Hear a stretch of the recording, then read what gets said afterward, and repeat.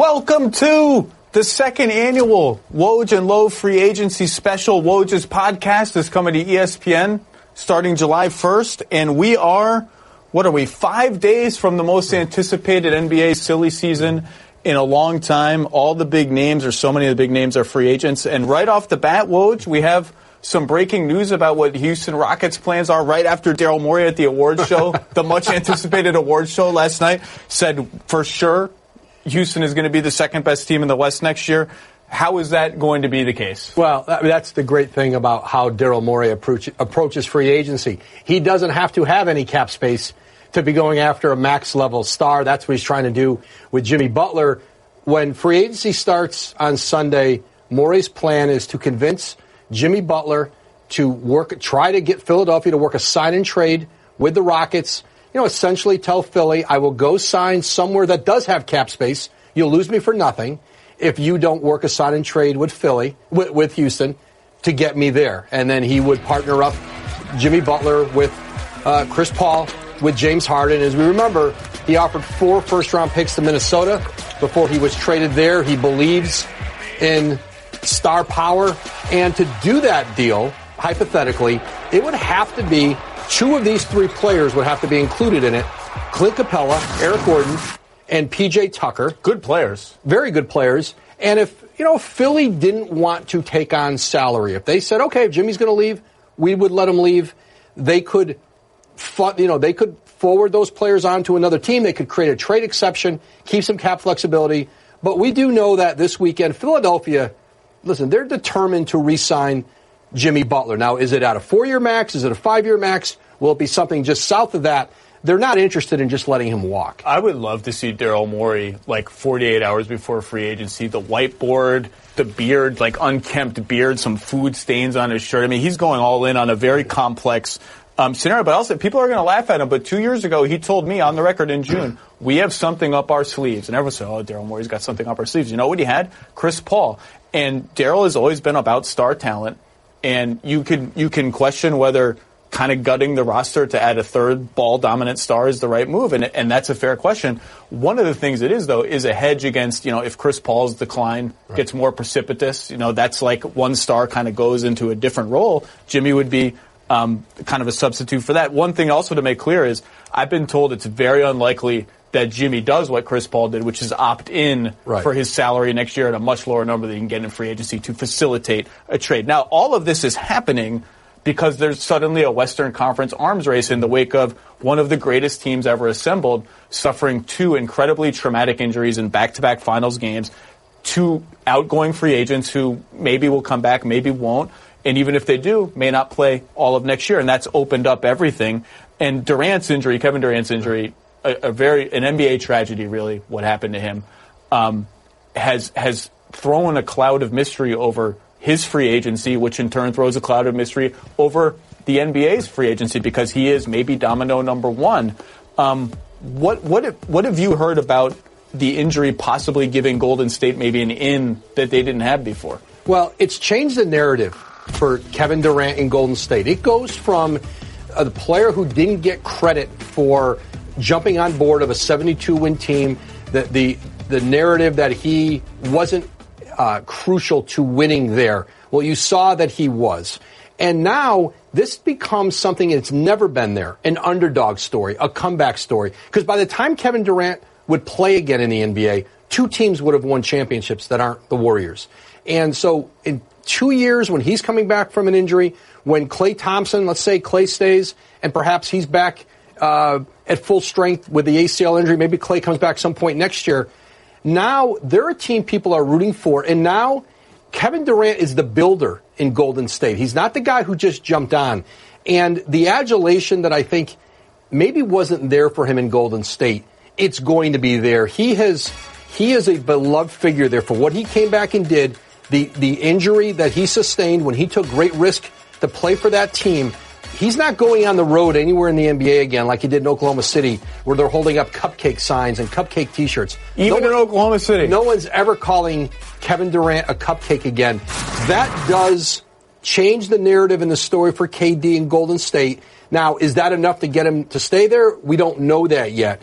But they have a better case to make post-injury than they did pre-injury. Well, let's get to the case. Number one, I think they will feel that they owe him the 5-year max even after the injury. Now, that was a no-brainer. He's Kevin Durant. You offer him a 5-year max. After an Achilles tear, everything's a little bit up in the air. But after what happened and the circumstances around it, I think they're going to say we just owe it to him. The question I have for you is, and the question everyone around the league has there been a breakdown in trust given what happened with the doctors recommending that he play or giving him the okay to play and then the traumatic injury and then the noise of, well, the doctor said it couldn't possibly get worse and then it gets worse. Has there been a breakdown in trust? Because that would be, he can't go back if there is a breakdown in trust. If there were a breakdown in trust, you would imagine that Kevin Durant's camp and the Warriors would not be in communication. And they have been in communication. They have talked. And so their ability to be able to talk through whatever potential issues there are and trying to go forward, I think those lines of communication are open. Again, does it happen? Does he stay? I think that conversation has yet to really happen between Durant, Rich Kleiman, his business manager, Bob Myers, and the organization. I do think there's going to be a point here where they do talk before free agency starts, but there's no indication that they have been shunned by KD. That I don't believe that's the case. Let's hit Clay, because we can't forget about Clay. The noise all year has been he's going to wait for that max offer from them. From what I'm told, that max offer hasn't been communicated to him that it's for sure coming, right? Right, and you could offer your own free agent a deal at any point here. That 5-year, $190 million max offer before the injury, post-injury, if it's not there for Klay Thompson Sunday at 6:01 p.m. Eastern, the Warriors could then expect him to go out and take meetings. But the one team that I think that my information is that he would be very open to going to sit down with are the Clippers.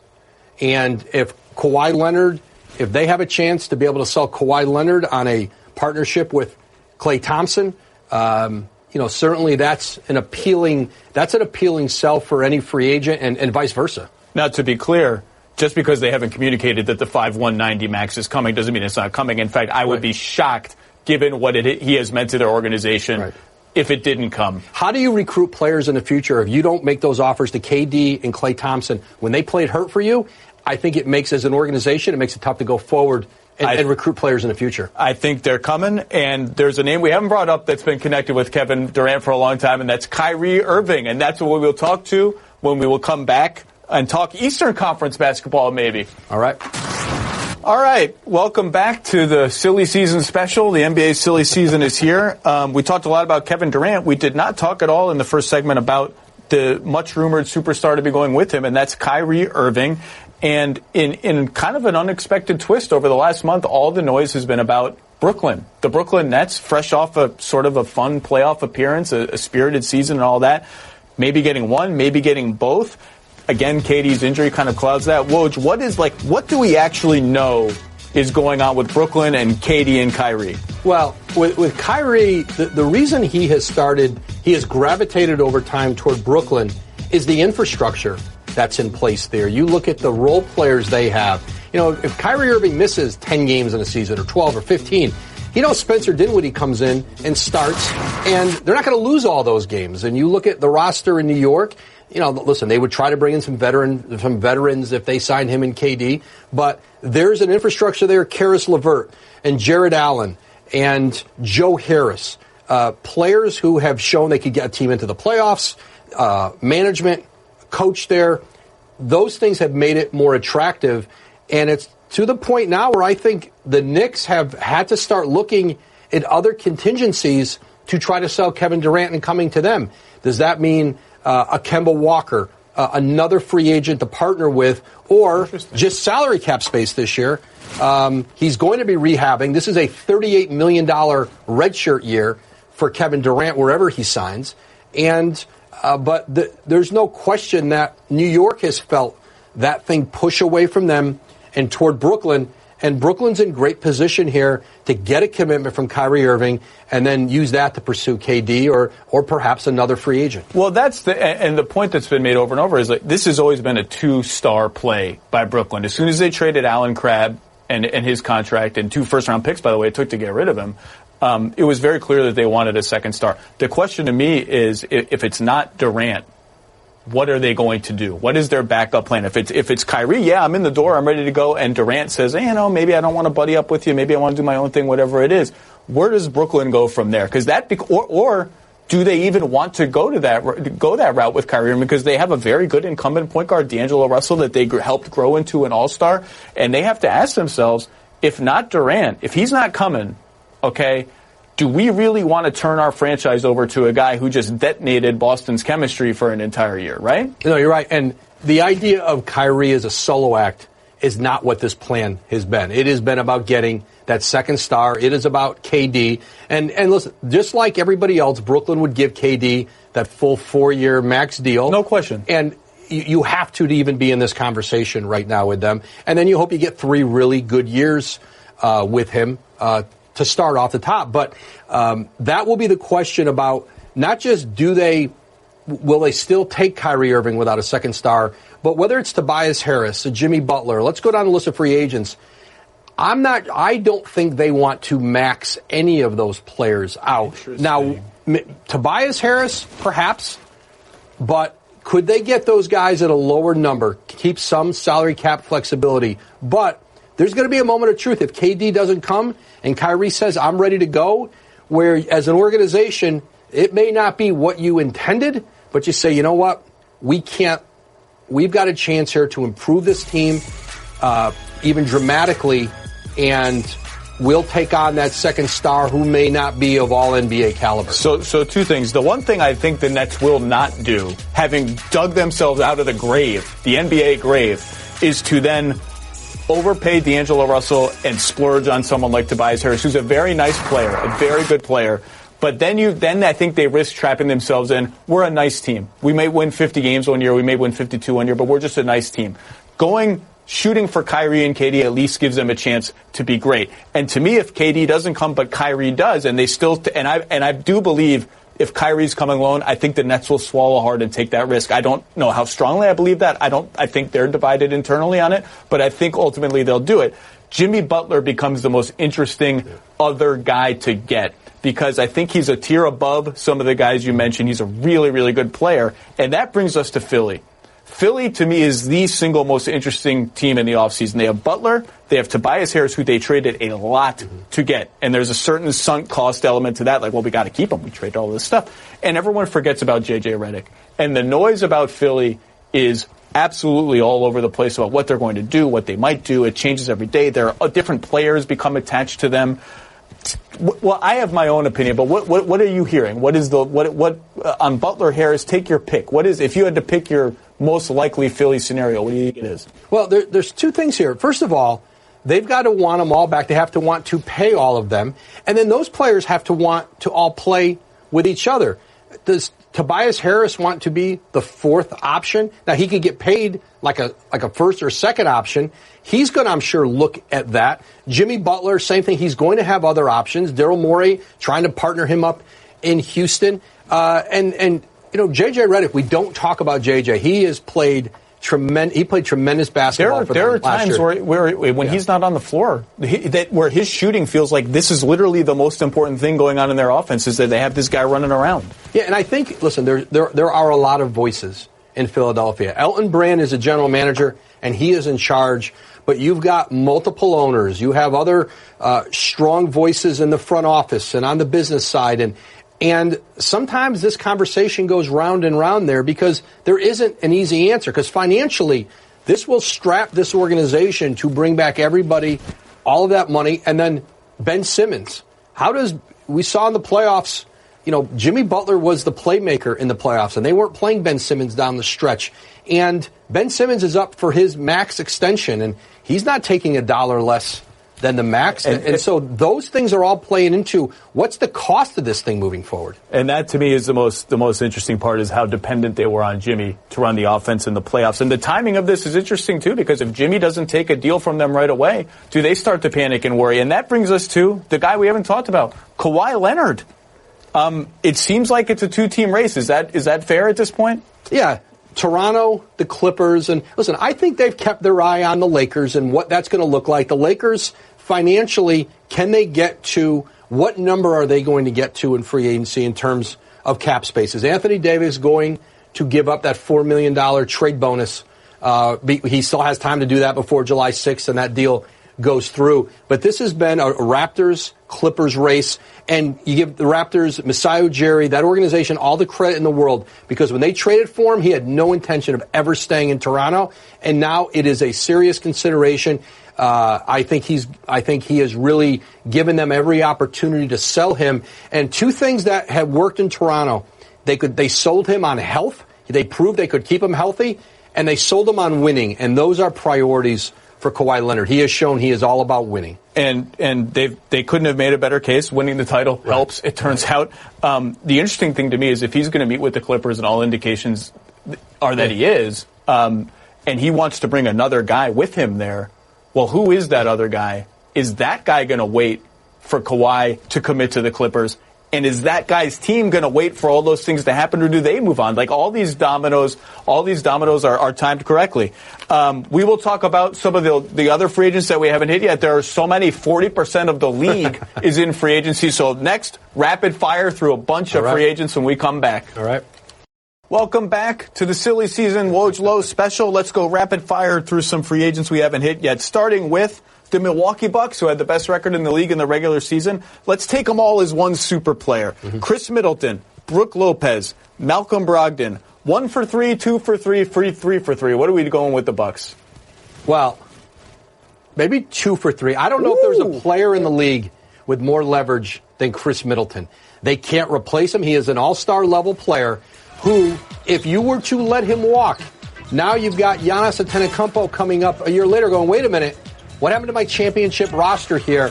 Chris Middleton is in, because of his play, because of the circumstances in Milwaukee, he is in line to walk away with a 5-year max contract or right there. But Malcolm Brogdon is where it gets more interesting, Zach. Yeah, I think it's going to be either 2 for 3 or 3 for 3, and the missing one in the 2 for 3 is Brogdon.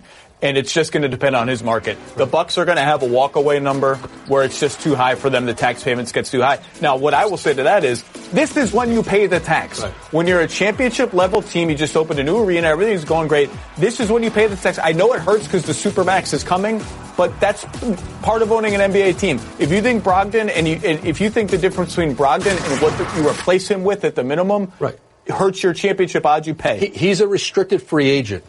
$20 million plus offer sheet for him, I think it's realistic. We'll see. Yeah. Kemba Walker, Charlotte Hornets, they're between a rock and a hard place. You either pay Kemba a lot of money and lock yourself into a team that isn't very good, or you let him walk and then it's pain time. Zach, if they were not going to pay him, I think they knew the neighborhood it was going to take to keep him, and that was guaranteeing that 5th year on a deal, then why didn't you trade him at the deadline? That's what I don't understand if they were to just let him walk here. Yeah, I mean, the noise has been all over the place, and you know, all indications are, I mean, he came out and said he would take a little bit less than the Supermax. I don't think they were ever going to offer him It's actually it's a good play. I'm going to take less of something that they were never going to offer me anyway. So when you do it, it looks like you were benevolent, but it was a smart play by Kemba.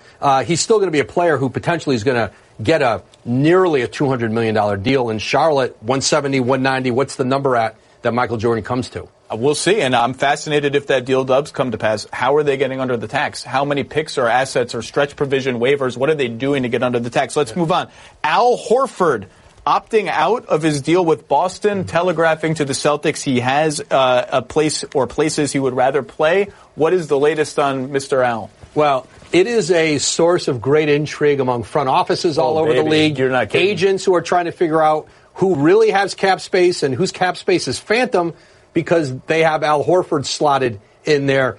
Al Horford is a smart player. He's got a smart agent, Jason Glushon. They are not walking away from Boston without knowing that there is something significant out there, and that significant deal is probably at 4 years, perhaps over $100 million. There was a limit where Danny Ainge and Boston wanted to go on Al Horford. They do value him greatly, but he's 33 years old. The idea of going for 4 years. Smart play by Boston. It's the right play. Right. And it's going to give Boston some salary cap space and flexibility. If they want to go after a Kemba Walker and Nikola Vucevic, they can do some things here in free agency too. We'll see. I mean, if he wants a set-in-stone deal on June 30th, that would seem to rule out teams for Horford that need to make decisions on 3 or 4 different players, which would seem to rule out some of my favorite mystery teams. But that's for another day. The most mysterious big-name free agent on the market, DeMarcus Cousins. What are we supposed to do with DeMarcus Cousins? I'd believe almost anything you tell me. And you said it earlier, Zach. Is it if somebody 1 year, $20 million, mid-level exception? Golden State could bring him back. Was a 7% raise off his salary last year. I think he has shown people he can still be a very, very good player in this league. Can he stay healthy? Listen, there's a lot of cap space this summer. Teams are going to strike out on their first option, their second option. And I think one of those teams will be there to be a landing spot for DeMarcus Cousins. It's not going to come on day 1 or 2, I don't think. Yeah, you could tell me any number. Also, free Kevin Love. Let's get Kevin Love out of Cleveland. Next, the Los Angeles Lakers, the team of the year so far. Okay, let's talk about the Los Angeles Lakers. They have 2 of the 5 best players in the world and not much else. Maybe the ability to wiggle into max cap space, maybe not. But please tell me it's true, Woj, that the Lakers dumped D'Angelo Russell to free up cap space that they will ultimately use on D'Angelo Russell. It is a legitimate scenario, Zach. The Lakers now at this point are rooting for Kyrie Irving to go to Brooklyn because then Brooklyn renounces D'Angelo Russell, who's a restricted free agent. He becomes unrestricted, and then the Lakers could sign Russell as their third star in L.A., and they get back a much more mature, polished player who's been an all-star, who's put a team into the postseason. Yeah, they're like parents who sent their kid to boarding school. Finishing school with Kenny Atkinson and Sean Marks. They appear to at least have gotten religion about surrounding LeBron with people who can shoot the basketball. You didn't think that worked last into the basket. And by all accounts, if they don't have max space and if they don't get Russell, the names you hear are role player shooter types. Now they're going to need another ball handler for LeBron, but you do hear a lot of shooter types. The one thing I'll say about a third star is it makes your team incredibly thin, but it is insurance against the doomsday scenario where one of AD and LeBron are injured at some point, because that's what the Pelicans are betting on, right? Terrence Ross, Darren Collison, players like that in L.A. if they break up that max We will deal. see what happens in a few days. Thanks for tuning in. Woj Pod, Lowe Post. Enjoy free agency. Right. Into overtime of the Woj Lowe free agency special. It makes me nervous that free agency itself is going to go into overtime and take forever. I like the frenzy. Let's get it out of the way in 72 hours. Everyone's signing everywhere. Yeah. We started the actual show talking about the arms race in the Western Conference in the wake of the Warriors being just gutted by 2 devastating injuries. Obviously, Utah kind of kicked that off by acquiring Mike Conley. Let's talk about some teams in the West that we did not get to discuss on the show and what they might do, starting with the Denver Nuggets, who were a couple of bounces of the ball away from getting into the Western Conference Finals. Incredibly intriguing young core with Nikola Jokic, Gary Harris, Jamal Murray, on and on. They have one big decision with Paul Millsap and some other things going on. What do we want to talk about with Denver? Well, one name you didn't mention that they are talking about a lot in Denver, Michael Porter Jr., who redshirted last year in Denver. You know, people thought was the best, maybe the number 1 or 2 rated high school player coming out, got hurt at Missouri, drops to the end of the lottery in Denver last year. They grab him, they sit him out. But all the reasons that people loved him coming into college, they've seen that in Denver. He has been healthy. And now that kind of big, athletic, strong wing to play with Nikola Jokic down the road, he's found money there. And I think if he could be the one that takes this program, takes this organization to a championship level. They could win the West this year. Now remember in the playoffs, they ended up starting Torrey Craig over Will Barton for a little more size and a little more shooting. If they can get that in a younger player with more upside than Torrey Craig, that's incredibly exciting for them. And with Millsap, they need Millsap. They don't really have a ready substitute for him. Trey Lyles is also a restricted free agent this summer, kind of disappointed last year. And so Millsap, they have a $30 million team option on him. They can try to negotiate a longer-term deal at maybe less annual money. And if he's not amenable to that, a realistic possibility, I think, is they just say, okay, we'll exercise the team option and figure it out later. Yeah, I think they feel in Denver, Tim Connolly, Arturas Karnisovas, that, they can manage that $30 million on their cap, that it's not going to break them. And so if they can't come up with a deal long-term, a 2 or 3 year deal at a lower number, they bring him back this year. Now, as excited as they are about Michael Porter, they know that he's not coming in.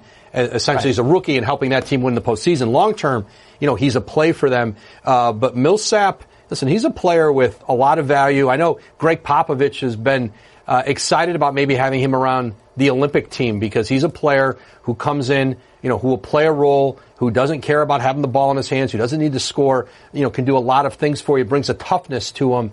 And Paul Millsap does what you need him to do. Yeah. You need him to score a little bit, and he's got a smaller guy on him, throwing the ball on the block. You need him to play make. You need to play. Paul Millsap is just like a little Swiss Army knife toolkit guy that just. We keep talking about all these teams in the West, and we don't talk about the team that was the 1 seed last year. And these guys are coming back, and they've got this team back. They're going to have been through a year of the playoff battles. I think this Denver team, listen, there's a reason Tim Connolly did not go home to D.C. Now, maybe they could have made a better offer. How could you leave Jokic? You can't leave Jokic. He's too fun to watch. You can't leave him. I saw, we were at All-Star Weekend, and I think it was the day before I had reported that Tim Connolly had a new deal with the Nuggets, and Jokic sees Tim in a restaurant.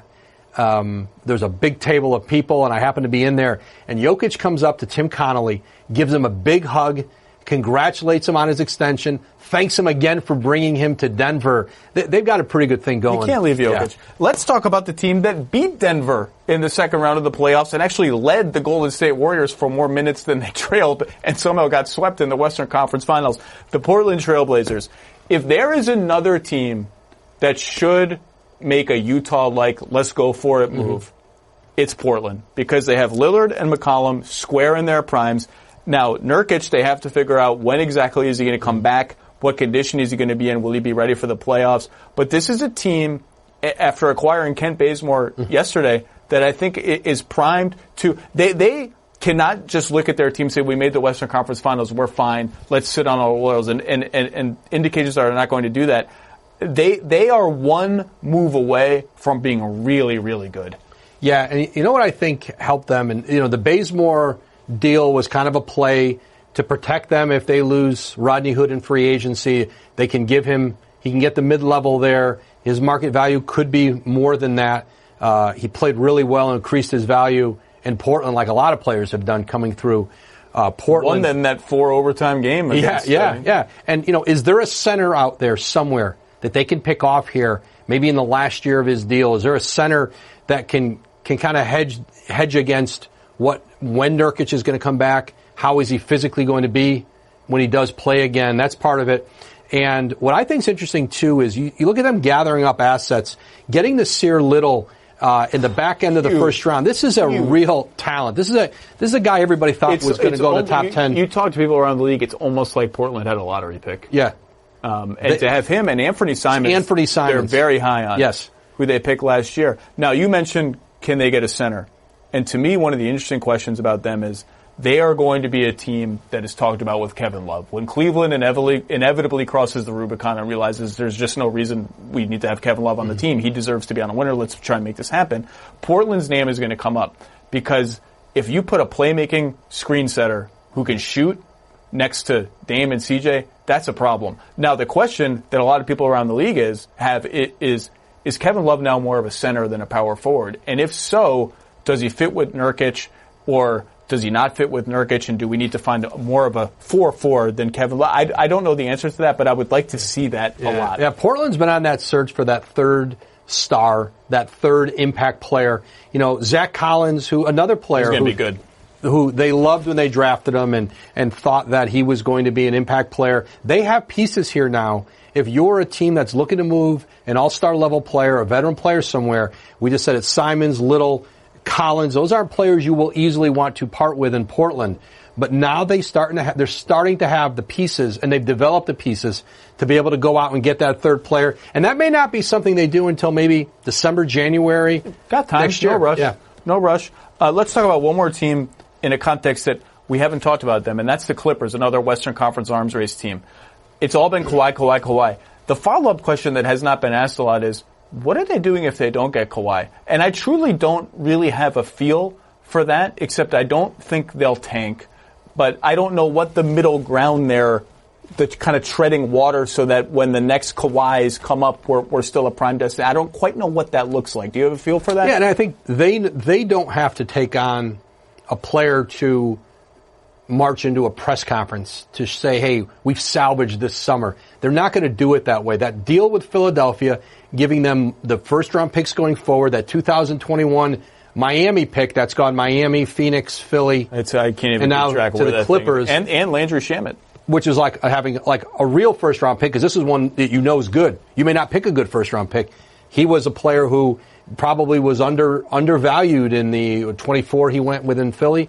And so I think the Clippers are in position to not have to overreact if they miss out this year. They have shown they can bring back their group. Gallinari would be in his last year of his deal. I think that they want to re-sign Patrick Beverley, and they can just keep going and take another swing at it. But what the Philly trade did, and you said it gave them the ability the next time there's an Anthony Davis, the next all-star player who wants out and wants to be at a big market, like Clippers raise their hand, say we have the picks, we have some young players, let's get a deal done. But that's a zero-sum game, because you're never the only team playing that game. There's always a few other teams playing if so-and-so becomes available, we got ammunition. And then, Boston played that game for a long time, and the guy they wanted went to the Lakers because the players and their agents have power and agency to make that happen. So that's the interesting thing. You can't just be about that. And I'm interested to see how the Clippers are about that, but also about being good in the present, because that's an interesting needle to thread.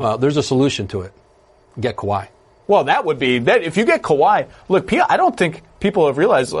Some people have. If you get Kawhi and you get one other good player, the next one's easy. The Clippers have a path to being the best team in the NBA next year. Like it's not now. They're not easily the best team. I don't know if they are the best team, but they have a path to being in that conversation for sure. Yeah, I mean, the second star to me is easy in LA. Once you get Kawhi Leonard to commit, the next one, whether that's Al Horford, and if Al Horford isn't committed somewhere else, whether that's Al Horford, Klay Thompson.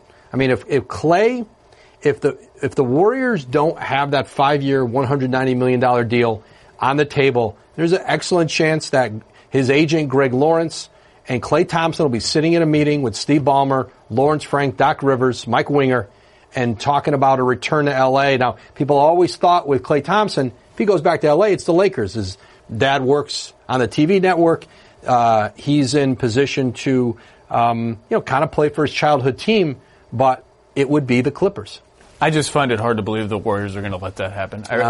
Moving into the new arena, not knowing. Listen, they've got one of the most popular, one of the best players in the history of that franchise in the prime of his career. Beloved. Klay is universally beloved. I don't think Joe Lacob. I don't know what it would look like on opening night in the new arena for Joe Lacob if he did not offer a max deal and Klay walked on him. I agree with you. I think they get to it eventually, especially if KD were to leave. Well, that just scratches the surface in the West, which is an absolute bloodbath every year. The West just never gets easy, and all these teams are loading up because the Warriors are vulnerable. But, that means if everyone's loading up, that means everyone's loading up. And the fact that you did maybe doesn't mean as much because they did and they did and they did. It's going to be wild, and it's going to start getting wild in about 4.5 days or whatever it is. Woj, thanks for lending your insight, and we'll see you next time. Thanks, Zach. The Low Post is presented by Goodyear. Drive always discovers possibilities. Goodyear, more driven.